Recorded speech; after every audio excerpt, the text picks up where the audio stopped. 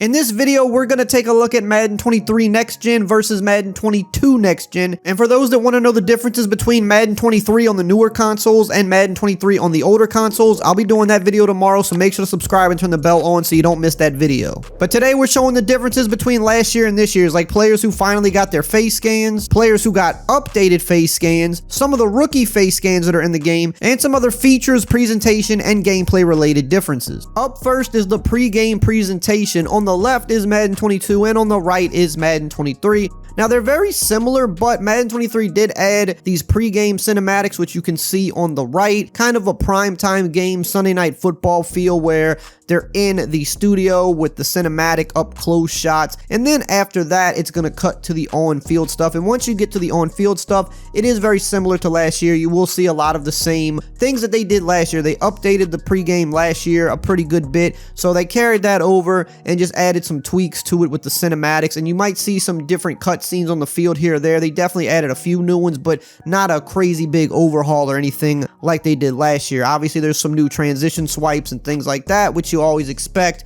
You can see they still have the next gen stats. They just show different angles of some of the things, so not really like anything brand new, but not the exact same as last year, if that makes sense. But overall, I think the pregame presentation still looks good. What they did last year was good, so just keep building on it. That's what I expect. You don't have to completely overhaul something each year, but add something to it, make it a little bit different, and just keep making it better and better as each year goes on. Now let's look at some players who finally got their face scans in the game. AJ Terrell had the generic face scan last year. Now he's finally got his real face in the game, one of the top players in the league, and the same goes for Trayvon Diggs here, one of the guys that kind of took over the league for a little bit last year. I think his player model looks really, really good. They did a good job on his. Darnell Mooney finally getting some respect on his name. Glad to see that. You got AJ Dillon again on the left, Madden 22 generic face scan on the right, actual face scan in Madden 23. And I think they're scanning bodies now as well. I could be wrong, but I think they're scanning bodies now too, because a lot of the body types look much different this year. As you'll notice, we've got Darrell Henderson here, but notice the body types, notice the pads of the players as well, how they're more slimmed down and not so bulky. Jason Kelsey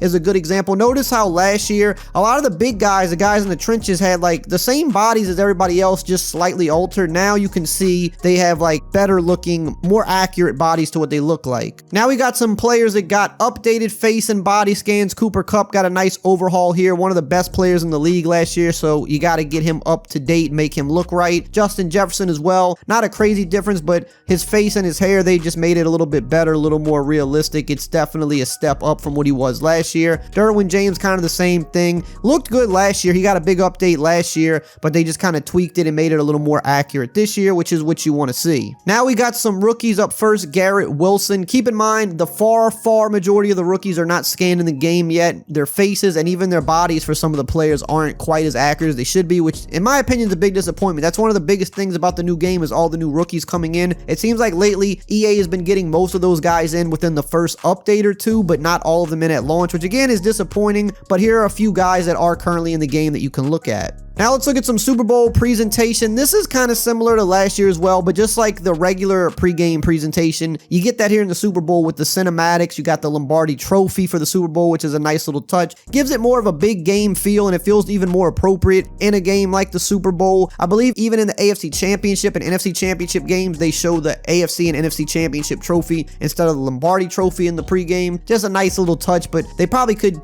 do even a lot more with this when you're talking about playoffs and Super Bowl. They could definitely make the presentation way better for this than they have. So after the cinematic stuff, I believe it's mostly the same. You might have a few new cutscenes in there. They usually do throw a couple of new cutscenes and show some stuff from some different angles to make it look a little bit different. But again, something that probably does need even more, love put into it than it has. But this is the side-by-side. And then we got the Super Bowl winning celebration. Now we know that for years we had the same celebration, and then last year, for next gen only, mind you, they finally changed it. And well, this year we got the same one as last year. So now we're probably right back in that same cycle where we're going to have the same celebration. Hopefully for not 5 years this time. Maybe just 2 years. Maybe next year they'll change it. But as you can see, I mean, side by side, it's pretty much identical. They might show a couple of things from some different angles, like right here, to make it maybe look different, but I mean, it's the same thing. So maybe next year they'll change this. They finally changed it last year. I think this is something that could be updated every year. It can't be that much work to just update this every year, but it seems like once they put a new one in, they keep it in there for a while. Now let's look at the running side by side. It seems like this year they made the game a little bit faster, which I don't really mind, but you could see they're constantly tweaking the player movement and the running.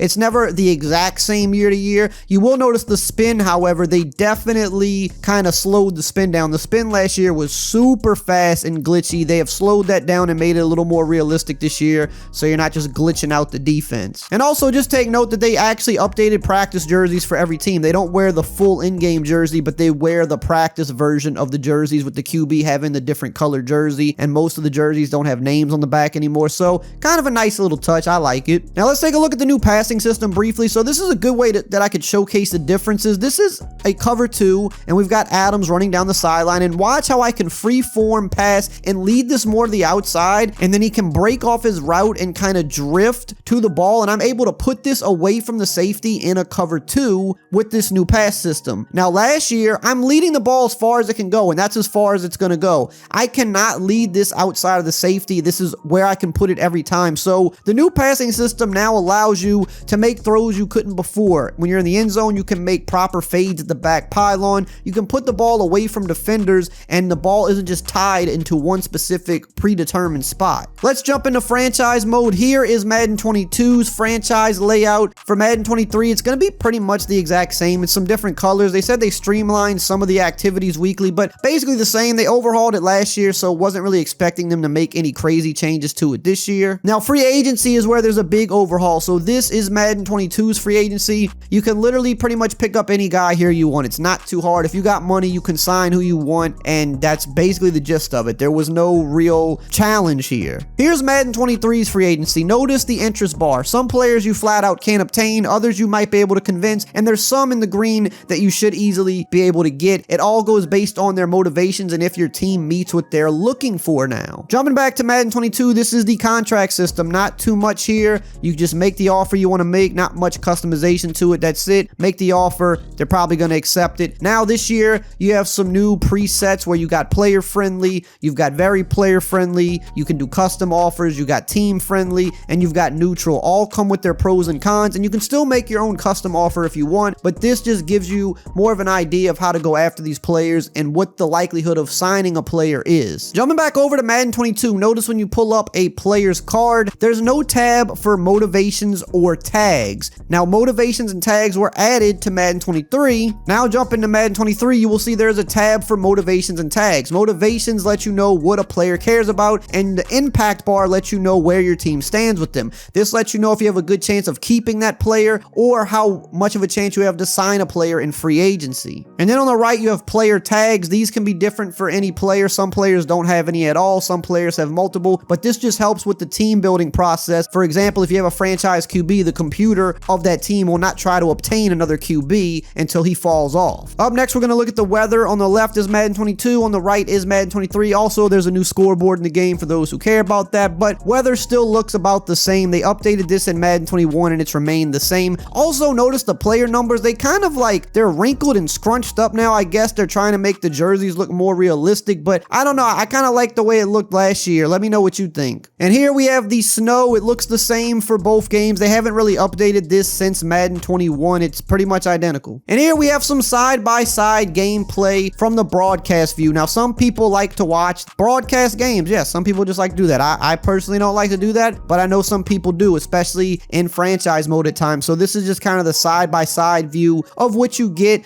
when you look at the broadcast camera. I don't think anything has changed here. It looks about the same to me, but just want to be thorough and just show you what everything is looking like. Now, if you want to know even more about Madden 23, make sure to check out this video right here where I go into detail about every single thing that was added to the game.